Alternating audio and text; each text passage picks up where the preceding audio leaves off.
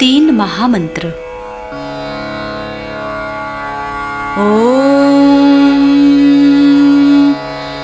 त्वमेव साक्षात् श्री महालक्ष्मी महासरस्वती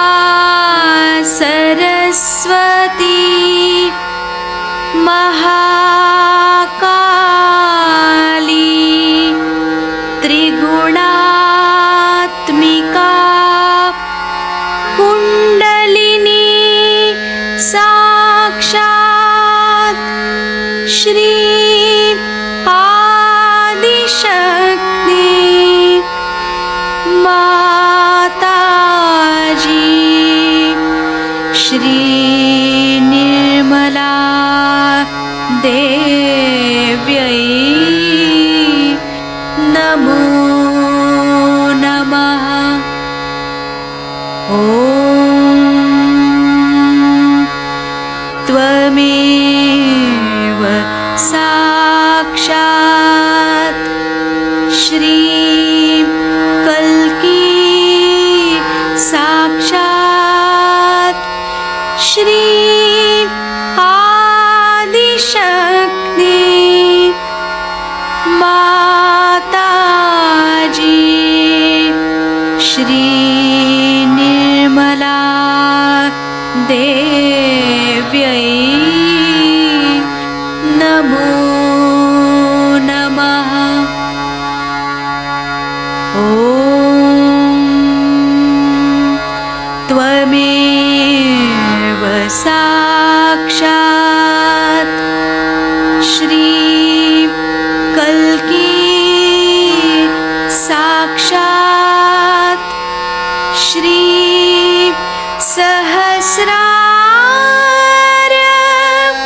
स्वामिनी मोक्षप्रदायिनी माताजी श्री निर्मला देव्यै नमो नमः। श्री गणेश मंत्र। ॐ त्वमेव साक्षात् श्री गणेश साक्षात् श्री आदिशक्ति माताजी श्री निर्मला देव्यै नमो नमः।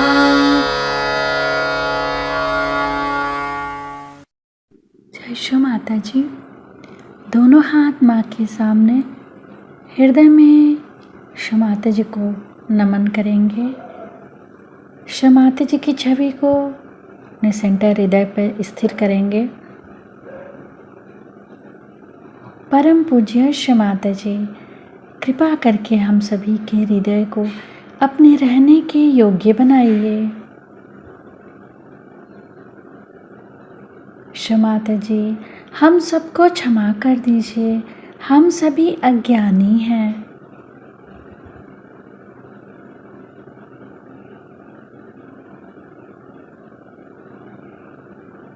श्री माता जी, हमारे इस हृदय को और पावन कीजिए ताकि आप यहाँ आ सकें।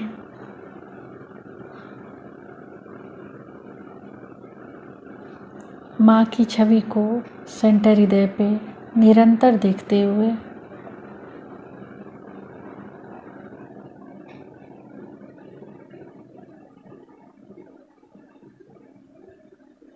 धीरे धीरे अपने संपूर्ण चित्त को दोनों हाथों पे,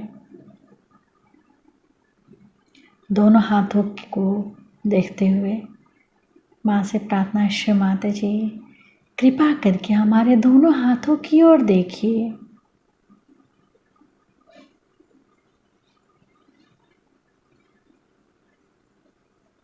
धीरे धीरे अपने संपूर्ण चित्त को सेंटर मूलाधार। सेंटर मूलाधार को अपने चित्त को वहाँ स्थिर करेंगे। श्री माता जी, आप ही तो श्री गौरी और गणेश हैं। कृपा करके हमारे अंदर श्री गणेश जी की निर्भयता दीजिए। श्री माता जी, हमारे अबोधिता और पवित्रता की रक्षा कीजिए।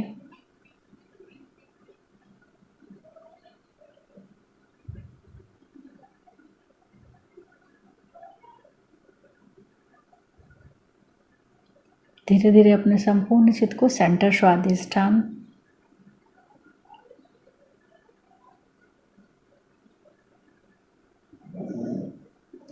सेंटर नाभि, पूरा भवसागर,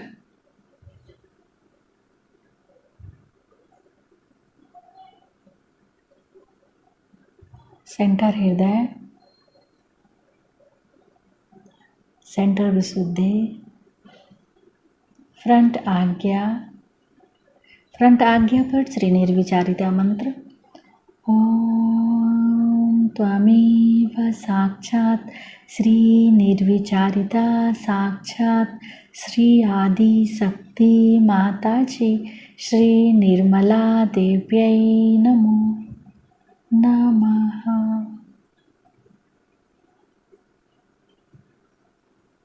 बैक आज्ञा।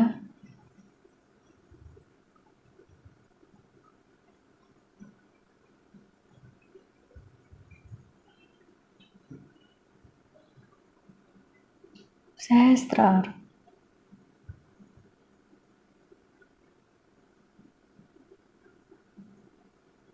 सहस्त्रार पर एक चित्र रहेगा, एक चित्र सेंटर मूलाधार, दोनों जगह एक साथ। सहस्त्रार से सेंटर मूलाधार,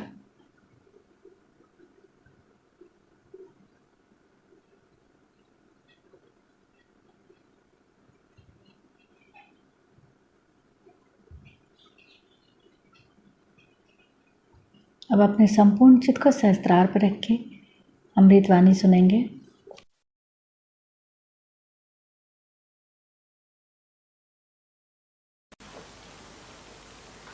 Alright, first I would like to tell you about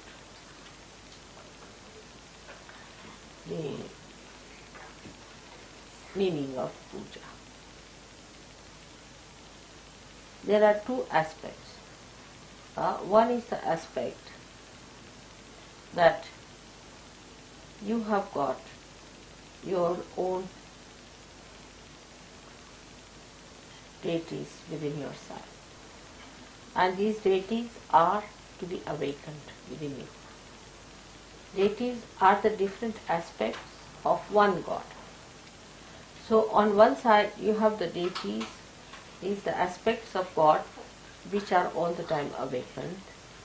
On the other side you have your own deities which are sometimes awakened, sometimes half awakened, sometimes sleeping, and sometimes sick. So you have to use two methods. One, to please the deities of God and to ask them to bless your deities, or to ask them to awaken your deities. So by doing the puja means when you offer anything that you have got, anything that you offer is say flowers. If you want to offer flower to God, you don't have to speak anything. You have to just offer that this is for you. Anybody can understand offering is for that. You don't have to have even a tongue. Even if a blind man is there, if he wants to give you something, he can just give you like this, and that expression is sufficient for anybody to be convinced that it's an offering. You don't have to say anything about it. So now when you offer a flower to God, even if you don't say a mantra, it is offered, alright, is given. But whether it is accepted or not is a problem. But now when you are a realized soul and you offer anything, it is acceptable to God even if you don't say anything. But what about you getting any reward out of it? After realization, when you offer anything to God, He accepts. Because it's coming from a realized soul, so He accepts. Now, how do we get blessed by Him? By giving a flower to God. Now, if you don't say anything about it, you just offer the flower, then you might be rewarded with many flowers automatically in life. Or you may be, whatever material things you offer, you may be blessed materially.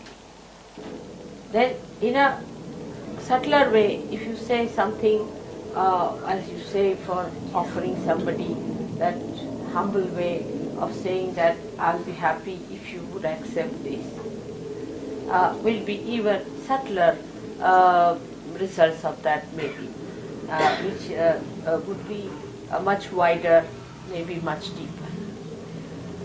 Now you do something symbolic, which is the essence, the principle of something.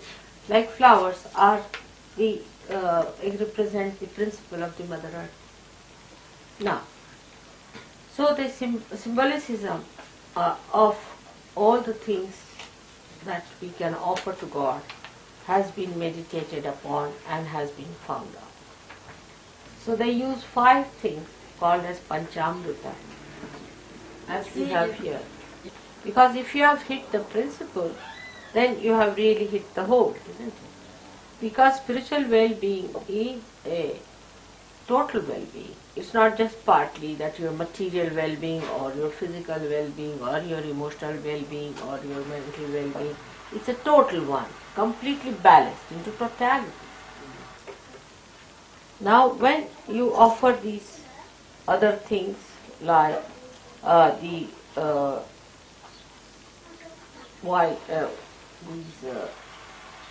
call them akshatas, with the what do you call it? Turmeric rice. You see this yellow thing. You see? When you offer this, you know the yellow color is that of the Swadhisthana chakra, and rice is very dear to all the gods. Now there's a trick in it because it's a human trick. Gods are fond of rice. So they put turmeric on it. Means that we offer to you a rice which is yellow colored, means you should give us blessings of our creativity. When you eat it, more creativity will flow and we'll be blessed by that creativity. It's a trick. The whole thing of puja is the trick of human saints. You see, how to trick God to give more blessings. But whatever God likes has to be auspicious and holy. So ultimately it works out for the holiness of saints and their simple hearts. Now the puja cannot be done by a person who is not a realized soul. A person who preaches also has to be a realized soul. The one who does namaz has to be a realized soul. The one who prays has to be a realized soul. So all the utensils that are used are to be worshipped in a way that they are to be holy things. They are to be respected things. You cannot use anything save the one you are using in the bathroom and use the same thing for the puja. It is absurd. 3 things are very important. Is a ghata, this one is the vessel. Vessel that contains the kundalini, the vessel that contains the primordial desire within us to get to God is first to be worshipped, our desire. Is the ghata, is the one made here. And on top is called as a Shri Phala. Shri Phala means this also has got water in it, if you see. This coconut has, this represents, the coconut represents the same thing. Now in the subtler form, it is the water of all the rivers of the world, rivers. And the coconut is the water of all the oceans. The water from the ocean or sea rises through the tree trunk of the coconut and becomes the sweet water in the coconut. It's a symbolic thing. So this is the method called Ghata Puja. This is the Ghata Puja. Now I don't want to go to details today because we have to talk about Ganesha. The same is, now that is water, alright. Then we have to worship Ghanta and Shankha. These are two representing the sound.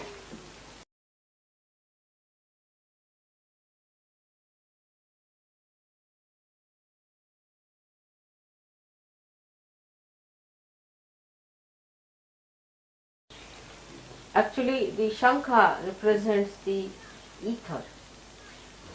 Then we have the Deepa, this one. It's a light, it represents the light element called as Tejas. Normally also to the goddess they also give her a fan which represents the air element. So this is how all the 5 elements are pleased beforehand using them.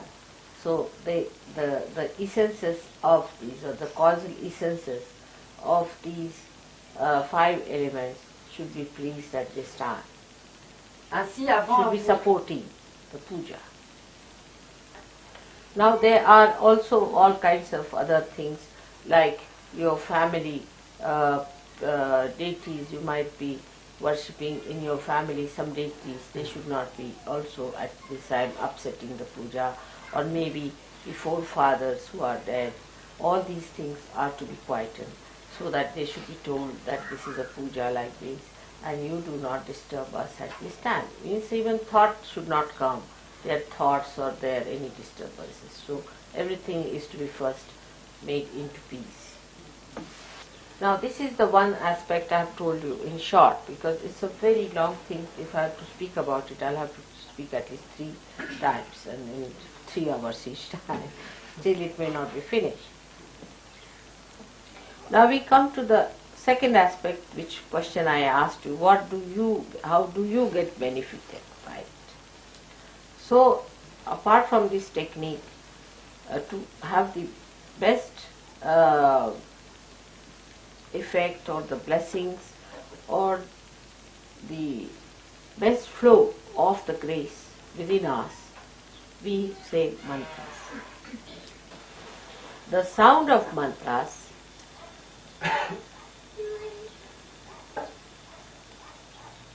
resound, echo into the being of God, and they are re-echoed on our chakras, and then the chakras start opening more. So the flow of the grace of God is received. But only a realized soul should chant a mantra, because without connection, how will it reach God? It is a vicious circle. Now one may say that, Mother, you cannot get realization unless and until you get the grace of God. And the chakras won't open by a person who is not a realized soul. Without opening the chakras, you cannot get realization. That's how the play of the Mother comes in, and of all the saints like you. I would say the Sahajyogis have to break this vicious circle. You have to raise the Kundalini yourself. Once you raise the Kundalini opens the chakras a little bit, because you have given your vibrations to the chakras. So once she knows there is a Sahajyogi standing behind the seeker, she rises with confidence. She knows you are her brothers and sisters and that you belong to the same family as she does. She knows the land where she has to grow, so she can feel that, and then she rises in her dignity. That's how she breaks this vicious circle. That's why in the beginning we don't tell them about the mantras. Because in the mantras you have to accept me as the deity. In this advent of mine, it is made compulsory that you have to recognize me. Because this is very precarious, the resurrection time we can call it, or the time of your last judgment. First the realization has to be given without any recognition, but not to those who are denying or insulting me. Under any circumstances they cannot get realization, whatever you may try. Even after realization, if people start thinking against me, vibrations will stop because of Sahasrara. And the heart has to be completely in unison with me. Otherwise, Sahasrara is closed. Now those people who are simple, who are full of open hearts, you see, such people understand me very well and they just put me in their hearts. After realization, after going through the understanding of Sahajyoga through their mental activity, also the intellectuals understand me and recognize me in a little circle. After the puja, when they receive the blessings in a very blissful state they achieve, then they realize the value of puja also afterwards. Now in India, where the puja system has been traditionally coming and has been maintained quite a lot, they understand it without any mental processes. But when they meet somebody, an intellectual who has become a Sahajyogi, they can't understand them.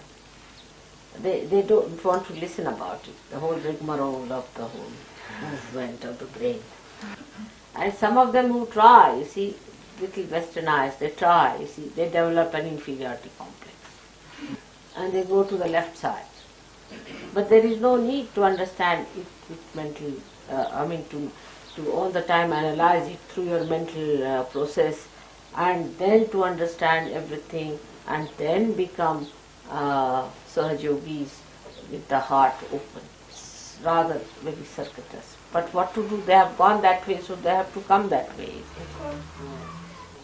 Because even if they become Sahajyogis, they start questioning and thinking about it and worrying about it.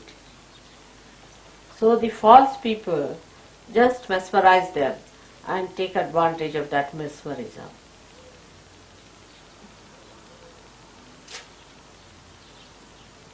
So one should not feel bad.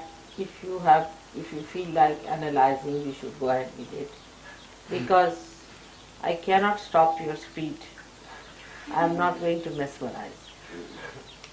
In Sahajyoga, the freedom is to be respected.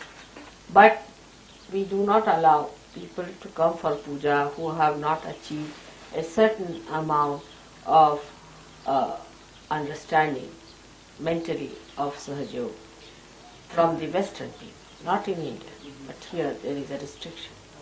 Because supposing in India, I do not explain to them, they don't want to know. They know that they'll get vibrations. They already know about vibrations, so I don't have to tell them you will get more vibrations. If they get more vibrations, they know I am the Shakti, that's all. I don't have to explain. Like as you can make out which is the best wine, they can make out who is the real person. They know the taste of it. Now once in a puja, I had about 6,000 people had touched my feet. So I said in a puja, now please don't have people need not touch my feet. I said it. But they thought it was Dhumal who suggested, so they all got after his life. They said, you only want to take all the blessings from others' feet and you didn't want us to take it, and they got out. Another thing is, you see, in the West, I never used to make the Panchamrita with my feet but with my hands, because here people would think that that's a dirty thing feet is and we should not have of the feet, you see. But actually the feet are very powerful and they can never be dirty. Like the river Ganges has vibration. And if you have the water of Ganges, you will see that it will never be dirtied. On the contrary, whatever are inside that, because it's never sort of very kept clean, whatever dirt has gone into it, it settles down and doesn't dirty the thing at all. It's very clean water, all the time vibrating. So one must understand whatever is pure, which is responsible for purity, which is the source of purity, can cleanse any impurity. So how it can be impure? But with the brain, if you think it, it's so limited. You cannot think of something which is just the embodiment of purity. This is the point we have come now, where I think I should talk about the Absolute. That is Sri Ganesh. Today is his puja. It's a very great thing that this puja we are doing in Geneva, in Switzerland. Geneva is the right heart, I think. The way it is against right heart. Everybody's life is a tragedy like Ramayana here. And that is why it is very important that Sri Ganesha should be worshipped here. Now, Sri Ganesha, as you know, is the embodiment of innocence. Now, Ganesha's color is red or orangish, because the child, when it is conceived as a fetus, the first color it sees is orange, or the red one of the mother's womb, of the blood. In Sahajyoga, now you must have learned that every action has a reaction which acts. The color of the original, we can say the primordial Ganesha is just of the clay, because he is made out of Mother Earth.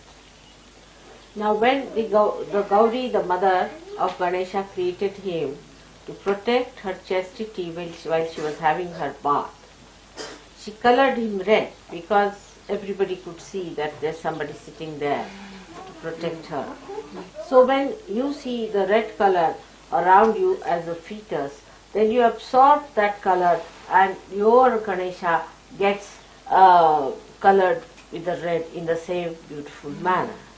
Just it has a reaction of that getting red, and it acts. Means red color of a Ganesha, the one who has a red color of a Ganesha frightens others. They know there is Ganesha sitting there, a pure, chaste personality with all the fieriness of the Ganesha is there. Now this Ganesha, when in a childhood, as you see, when the child is born, the children are extremely protective or fiery, we can say, about anybody touching their innocence. When they are absolutely young, they are not even aware of it.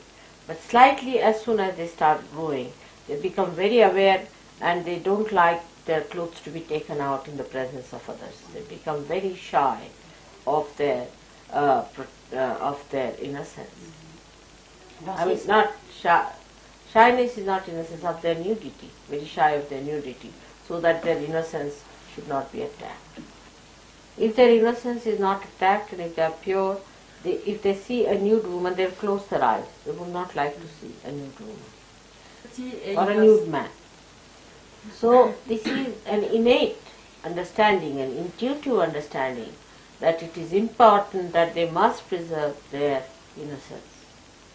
Now, what is the innocence within us? What does it do to us? As it is already, I have told you that it gives us wisdom. All kinds of stupidity we do with our ego, as I was describing the President and so many others at that age and at that height of their positions, it is because the Ganesha is missing completely. We went to Brighton, where they have a nude sort of a beach where you can do nude things. And my maid, she is innocent, you see, we went there.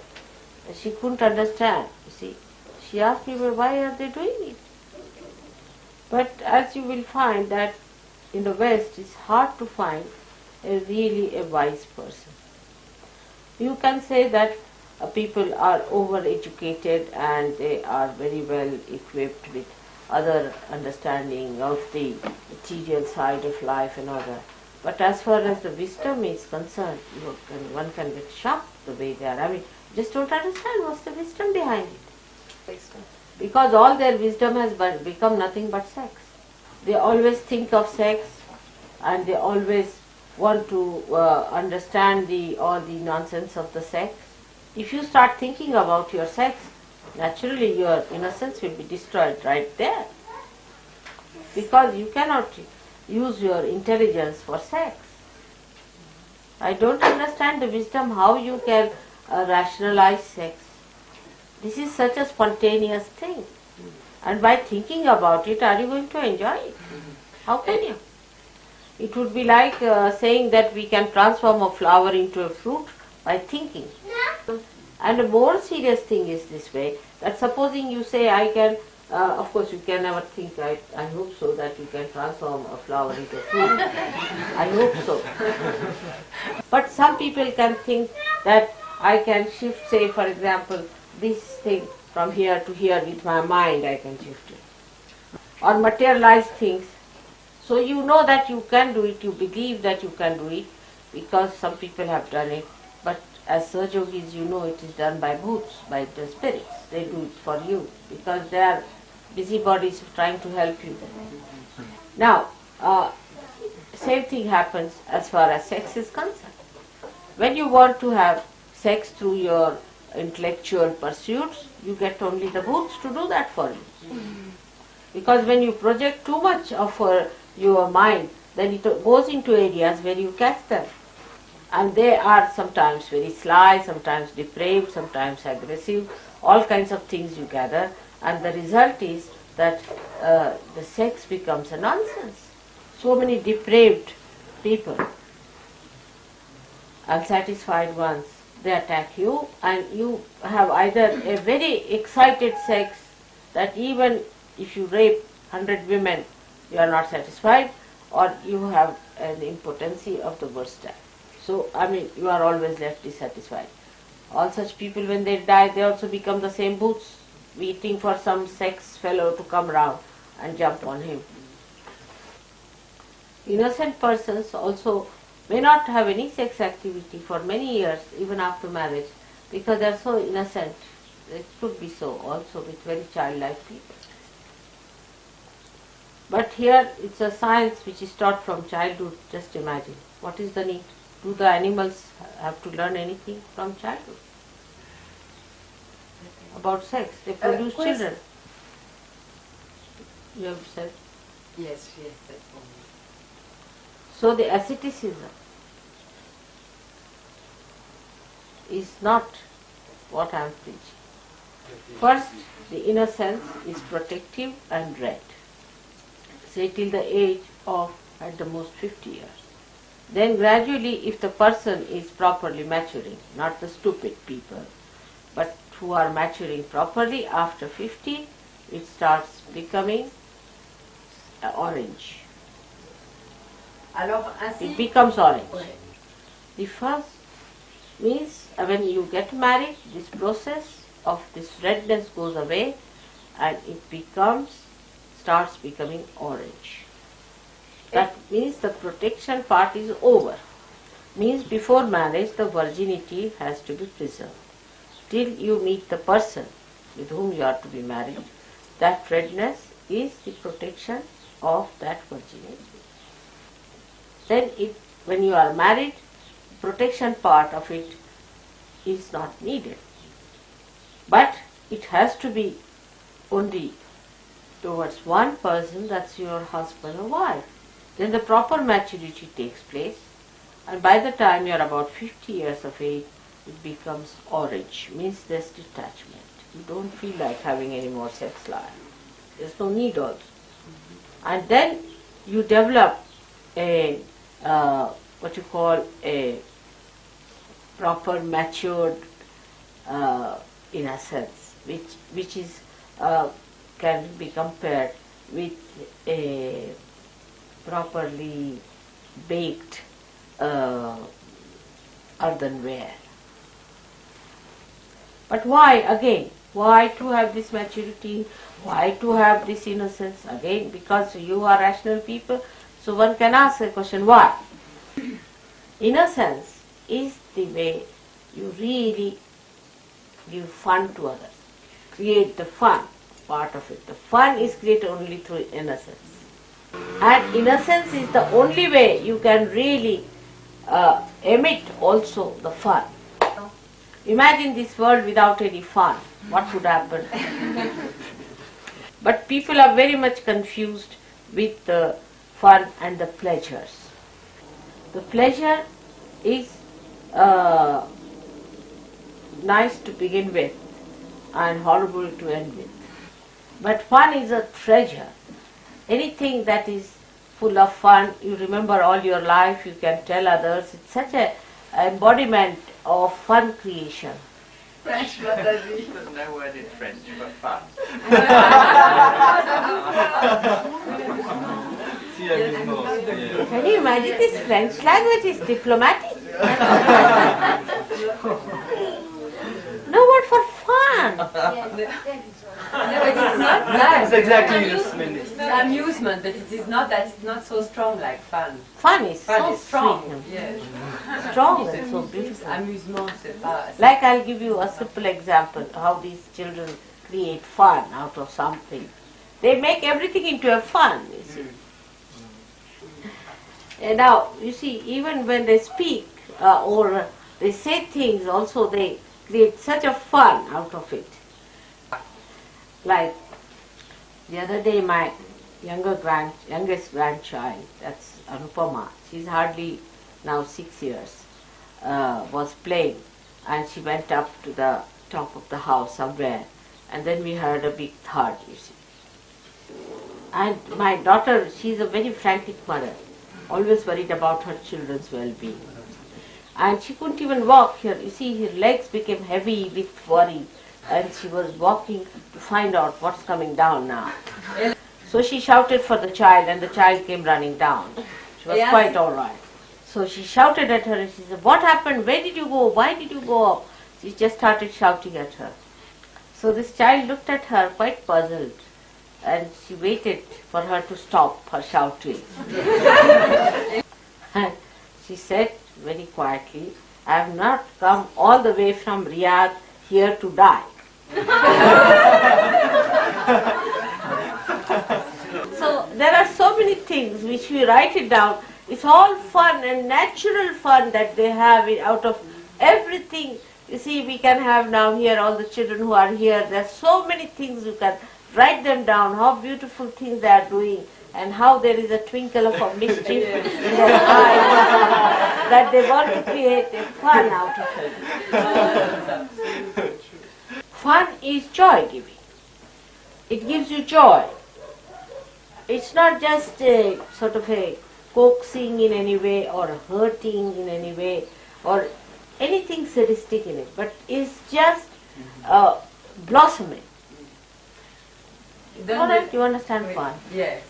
Mother, do you think it's possible, well, if we don't translate anymore because it takes too much time for it? Yes. As I anyway, think they are so. using English words. We'll tell them at the end. The few who don't understand English, will explain them at the end what you have said. All It right takes too for much you? time for Because it. I'm coming to an end, Gregor. As I'll finish at 12:30. Let's do it today. But next time I think it's a better idea to translate it later. We can tell them it's too Just much. a little bit I'll translate more because we are coming to an end and that's why it has taken so much time. Otherwise, it would be 1/3 of the time. Yes, just translate this part, what I said. That fun is nothing but blossoming.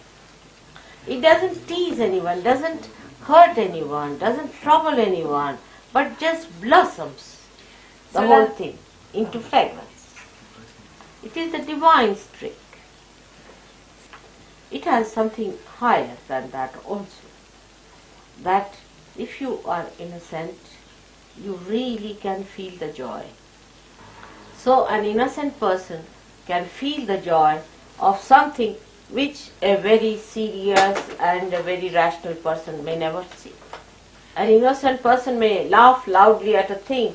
To other people it may not be something funny. So the fun creation is not a dubious thing. It's a very straightforward, simple, spontaneous blossoming. Now in Geneva, people are really very serious about everything. More so in Switzerland. So much so that they commit suicide as a result. Because you are money oriented and you are also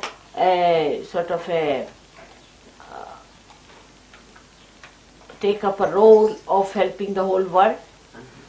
Means you are very ego oriented because you want to help the whole world. Who are you to help? And thirdly, you have a stupid military here which is not needed. E poi c'è un esercito tanto importante che non è necessario. Mother, excuse me, you know that yesterday it was in the newspapers that there had been again a military airplane which crashed in Switzerland with 2 dead. With your photo next to it. That's too much to blame me.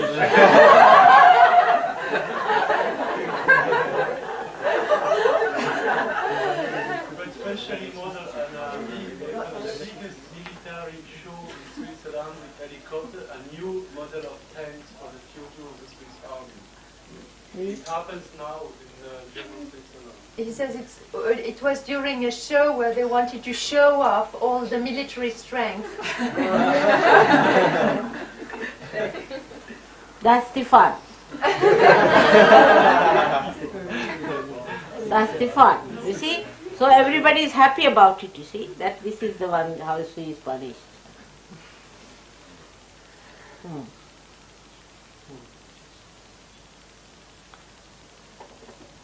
Now to help the fun more, we have got Hanumana. He is also said. He helps the fun part of Sri Ganesh. Like Ganesha who plays tricks of fun on the people who are left-sided, he plays his tricks on the right-sided people. Like there is a person who was crying too much, her husband is dead, now what to do, I'm finished, this thing, that thing, you see. And suddenly she sees her husband walking in the room. But this only he does to the people who are innocent. But to the cunning, he punishes. He'll go on pouring all kinds of miseries, one more than the other, and he'll say, now cry more and cry more. You want to cry? All right, have it more and have it more. And Hanumana on his side, say for example, when Lakshmana was sick and he had to get some medicine from one big mountain, he brought the whole mountain. Because he said, I had no time to find it, so better find it now. I brought the whole mountain. He too is the same style, can be very, very destructive when it comes to egoistical people. Like Ravana, whose whole Lanka he burnt. Right. If Ganesha is painted red, he is painted orange. As Ganesha has to settle down permanently in one place, he uses Saint Michael to run up and down the left side, while Hanumana can run up and down, he did not settle down at a place. But though he is a settled deity, Sthita is the one who is to be settled. Once he is settled, then he emits vibrations which go everywhere. He is the source of innocence. He is the source of the vibration. He is everything in a way. When he ascends here as Mahaganesha, or be in you and in God, he descends as Ganesha. From here, from the back. So when you think too much about sex,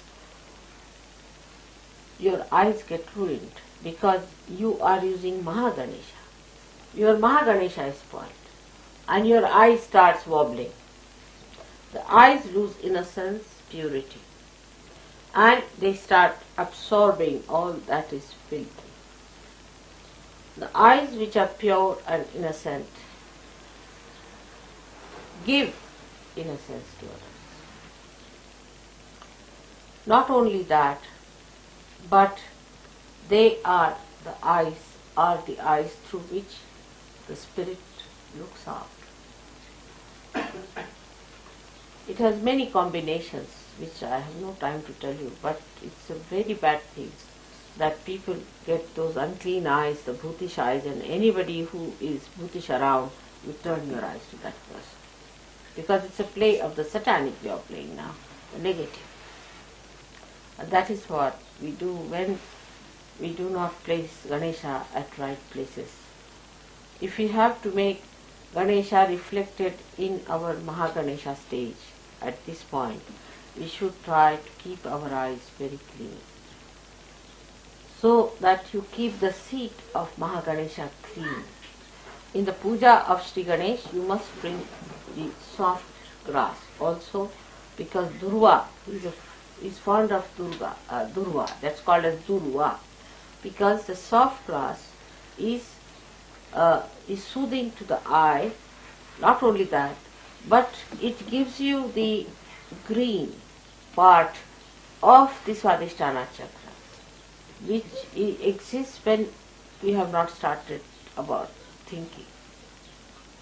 We have not started the thinking process. That suggests that part of Swadhisthana when you are not thinking.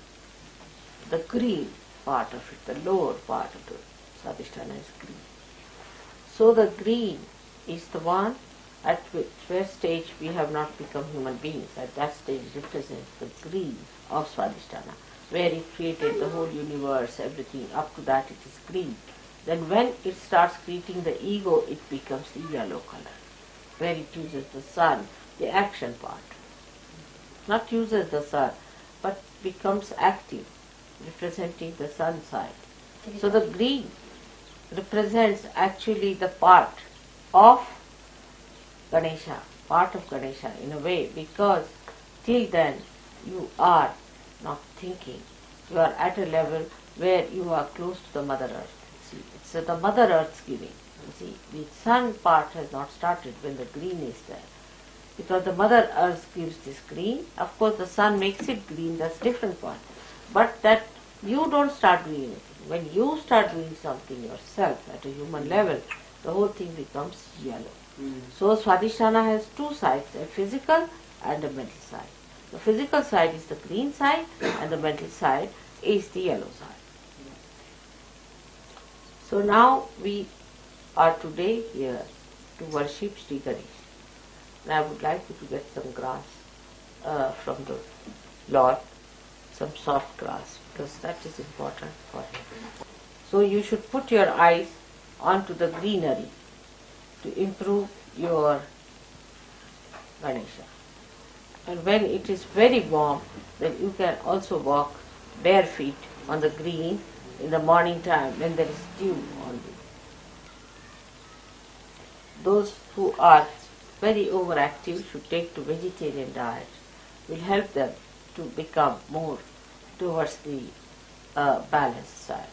So Not as a fanaticism, but more on vegetables and eat animals which are very small ones. It's all right. Dunque, coloro che sono troppo sul lato destro dovrebbero mangiare molto verde, molta verdura, particolarmente verde, e anche mangiare carne, soprattutto di piccoli animali. Questo aiuterà.